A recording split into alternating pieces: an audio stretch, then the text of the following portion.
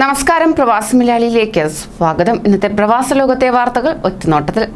ഖത്തറിൽ 533 പേർക്ക് കൂടി കൊറോണ വൈറസ് രോഗം സ്ഥിരീകരിച്ചതായി പൊതുജനാരോഗ്യ മന്ത്രാലയം അറിയിക്കുകയുണ്ടായി. കഴിഞ്ഞ 24 മണിക്കൂറിനിടെ 1023 പേർ കൂടി രോഗമുക്തി നേടിയിരിക്കുന്നു. ആകെ 2,467 പേരാണ് രാജ്യത്ത് രോഗമുക്തി നേടിയിട്ടുള്ളത്. പുതുതായി കൊറോണ വൈറസ് രോഗം സ്ഥിരീകരിച്ച കൊറോണ വൈറസ് കേസുകളിൽ 342 പേർ സ്വദേശികളും 191 പേർ വിദേശത്ത് നിന്ന് മടങ്ങിയെത്തിയവരുമാണ്. കൊറോണ വൈറസ് രോഗം ബാധിച്ച് 6 മരണം കൂടി റിപ്പോർട്ട് ചെയ്തു. 502 പേരാണ് ഖത്തറിൽ ആകെ കോവിഡ് ബാധിച്ച് മരിച്ചത്.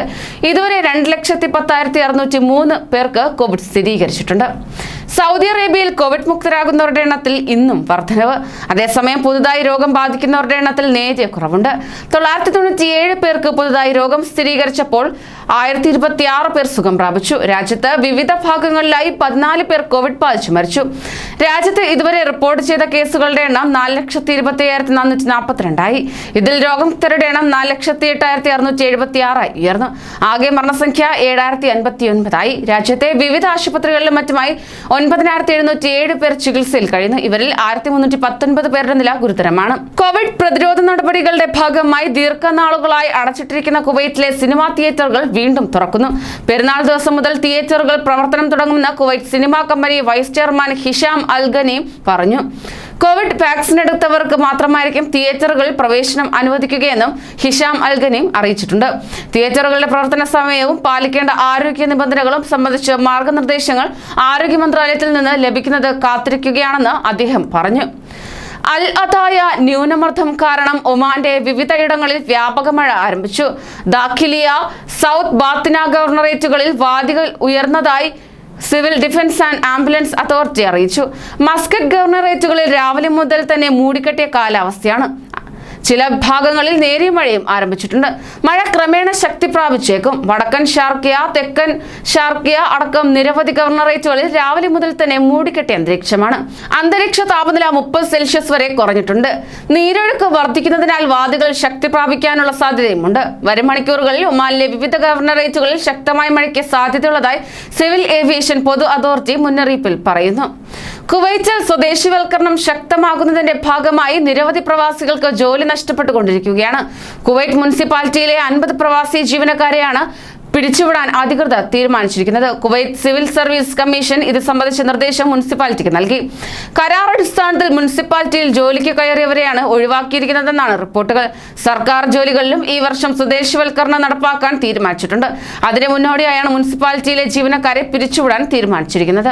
GCC പൗരന്മാർക്കും കുടുംബത്തിനും അവരുടെ വീട്ടുജോലിക്കാർക്കും ഖത്തറിൽ ക്വാറന്റീൻ ഇളവ് അനുവദിക്കുന്നതിനുള്ള നിബന്ധനകൾ പൊതുജനാരോഗ്യ മന്ത്രാലയം പ്രഖ്യാപിച്ചു.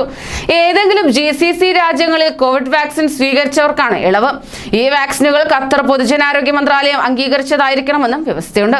പുതിയ ഇളവുകൾ കഴിഞ്ഞ ദിവസം മുതൽ പ്രാബല്യത്തിൽ വന്നു. വാക്സിന്റെ അവസാന ഡോസ് സ്വീകരിച്ച് 14 ദിവസം പൂർത്തിയായിരിക്കണം. ഇത് തെളിയിക്കുന്ന ഔദ്യോഗിക വാക്സിനേഷൻ കാർഡ് ഹാജരാക്കുകയും വേണം. കോവിഡുമായി ബന്ധപ്പെട്ട വിദേശത്ത് നിന്നുള്ള സഹായങ്ങളുടെ ഏകോപനത്തിന് നിയോഗിച്ചിട്ടുള്ള ഉദ്യോഗസ്ഥരുടെ മൊബൈൽ നമ്പറുകളിലേക്ക് ഈ ആവശ്യത്തിനായി മാത്രം വിളിക്കണമെന്ന് അധികൃതർ. അല്ലാതെയുള്ള വിളികൾ യഥാർത്ഥ ആവശ്യത്തിന് തടസ്സമാകുന്നതായി അധികൃതർ അറിയിച്ചു. വിദേശത്ത് നിന്ന് സഹായം എത്തിക്കാൻ നിരവധി പേർ തയ്യാറാകുന്ന സാഹചര്യത്തിലാണ് ഉദ്യോഗസ്ഥരെ സർക്കാർ ചുമതലപ്പെടുത്തിയത്. വ്യവസായ വകുപ്പ് പ്രിൻസിപ്പൽ സെക്രട്ടറി ഇളങ്കോവനാണ് ചുമതല. Phone number 9446001265. S Karthikeyan. Phone number 9447711921. Krishna Teja. Phone number 9400986111. Vigneshwari IAS 9446413107. 24 മണിക്കൂർ ഹെൽപ്പ് ലൈൻ നമ്പറായ 8330011259 എന്നതിലും ബന്ധപ്പെടാവുന്നതാണ്. ടാങ്കർ ലോറിയും കാറും കൂട്ടിയിടിച്ചതിനെ തുടർന്നുണ്ടായ അപകടത്തിൽ 3 പേർക്ക് പരിക്കേറ്റു. ഞായറാഴ്ച പുലർച്ചെയായിരുന്നു സംഭവം. വേഗത്തിൽ തീപിടിക്കാൻ സാധ്യതയുള്ള വസ്തുവായിരുന്നു ടാങ്കറിൽ ഉണ്ടായിരുന്നതെന്ന് സിവിൽ ഡിഫൻസ് അറിയിച്ചു.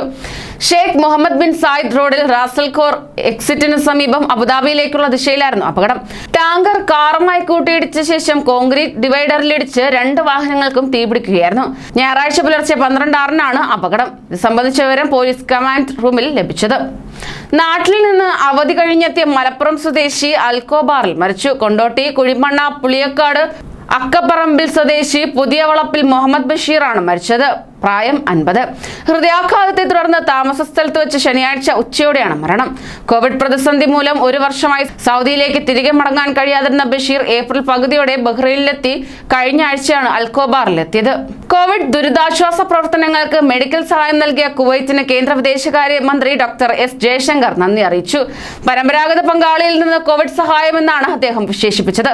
കുവൈറ്റിൽ നിന്ന് 100 മെട്രിക് ടൺ ലിക്വിഡ് മെഡിക്കൽ ഓക്സിജനും 1400 ഓക്സിജൻ സിലിണ്ടറുകളും 2 ഓക്സിജൻ കോൺസെൻട്രേറ്ററും ഇതിനോടകം ലഭിച്ചു. 215 മെട്രിക് ടൺ ലിക്വിഡ് മെഡിക്കൽ ഓക്സിജനും 1000 ഓക്സിജൻ സിലിണ്ടറുകളും ഇന്ത്യയിലേക്ക് ഉടൻ അയക്കുമെന്നാണ് കുവൈറ്റിന്റെ വാഗ്ദാനം. ഓക്സിജൻ കോൺസെൻട്രേറ്റർ, വെന്റിലേറ്ററുകൾ, വിവിധ വലിപ്പത്തിലുള്ള ഓക്സിജൻ സിലിണ്ടറുകൾ, മറ്റ് മെഡിക്കൽ ഉപകരണങ്ങൾ എന്നിവയാണ് കുവൈറ്റ് അയക്കുന്നത്. കൂടുതൽ പ്രവാസി വാർത്തകൾക്കായി ഈ ചാനൽ സബ്സ്ക്രൈബ് ചെയ്യൂ.